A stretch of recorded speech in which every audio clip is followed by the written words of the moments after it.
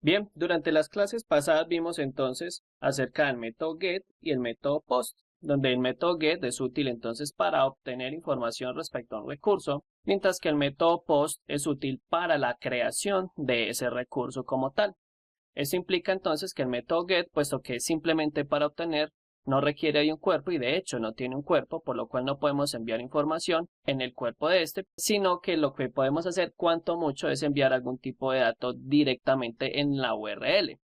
Mientras que el método post, puesto que es pensado para la creación de recursos, entonces tiene un cuerpo donde se debe especificar los valores para la creación de ese recurso que requerimos crear por medio del método post. Ahora bien, sabemos entonces cómo obtener y cómo crear, pero también puede existir la posibilidad de que queramos cambiar un recurso que ya existe y no solo verlo. Para eso existen los métodos put y patch. Básicamente put y patch entonces especifican qué se le debe poner de nuevo a ese recurso y se indica, por supuesto, por medio de la URL cuál es el recurso que se va a cambiar. Vamos entonces a mirar un poco respecto a esto y hablar de unas particularidades importantes. Si yo utilizo el método get, estoy obteniendo la lista de todos los constructores. Si especifico un ID, estoy obteniendo únicamente la instancia del constructor cuyo ID sea 1, por ejemplo. Si yo quisiera entonces actualizar este constructor cuyo ID es 1, entonces envío una petición por patch o envío una petición por put.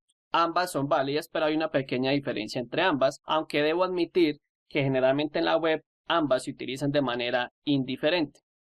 Hay que aclarar entonces que tanto put como patch tienen un body, pero es muy importante recalcar que al momento de enviar la información ya no se puede enviar como form data, sino como www form URL encode.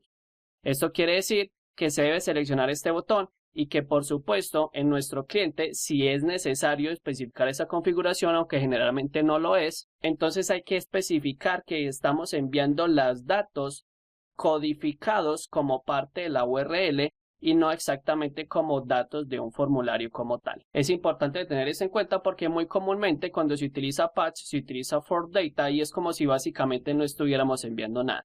Es necesario entonces enviar la información como form URL encode. Esto hace caso básicamente a la implementación de HTTP, donde se dice que básicamente el método POST puede retener los datos, su cuerpo básicamente, codificado como si viniera de un formulario. Recordemos que generalmente los formularios en las páginas web utilizan el método POST, mientras que PUT y PATCH básicamente reciben los datos utilizando una codificación al interior de la URL. Esto no lo hacemos nosotros directamente, esto se encarga el cliente o inclusive el servicio o proyecto que estemos utilizando para realizar las peticiones, así que no tenemos que preocuparnos mucho respecto a esto. Quiero aclarar adicionalmente que la mayoría de los navegadores, o por no decir que todos, no soportan métodos diferentes a get y post, así que lo que se hace usualmente si se está consumiendo una API que soporta métodos pat, put y delete es algo que se conoce como method spoofing, que básicamente es como engañar al navegador enviando una petición post, pero indicándole que en realidad esto debe entenderse como una petición patch o put o delete. De esto hablaremos ya más adelante cuando estemos implementando nuestros formularios y nuestros clientes como tal para hablar y tener una claridad respecto a esto. Bien, entonces quiero aclarar básicamente durante esta clase que el método put y patch son utilizados para realizar peticiones de actualización de un recurso que ya existe y que esos datos deberían ser enviados no por form data, sino como form URL encode. Si te preguntas cuál es la diferencia entre patch y put, pues bueno, ambos pueden ser utilizados de manera análoga.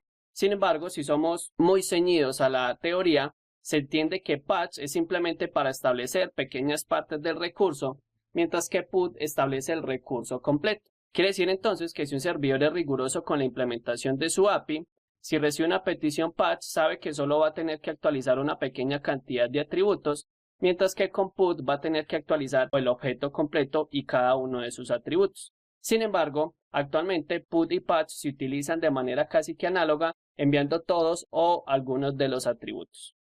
Nos vemos entonces en la siguiente clase para finalmente hablar del método delete.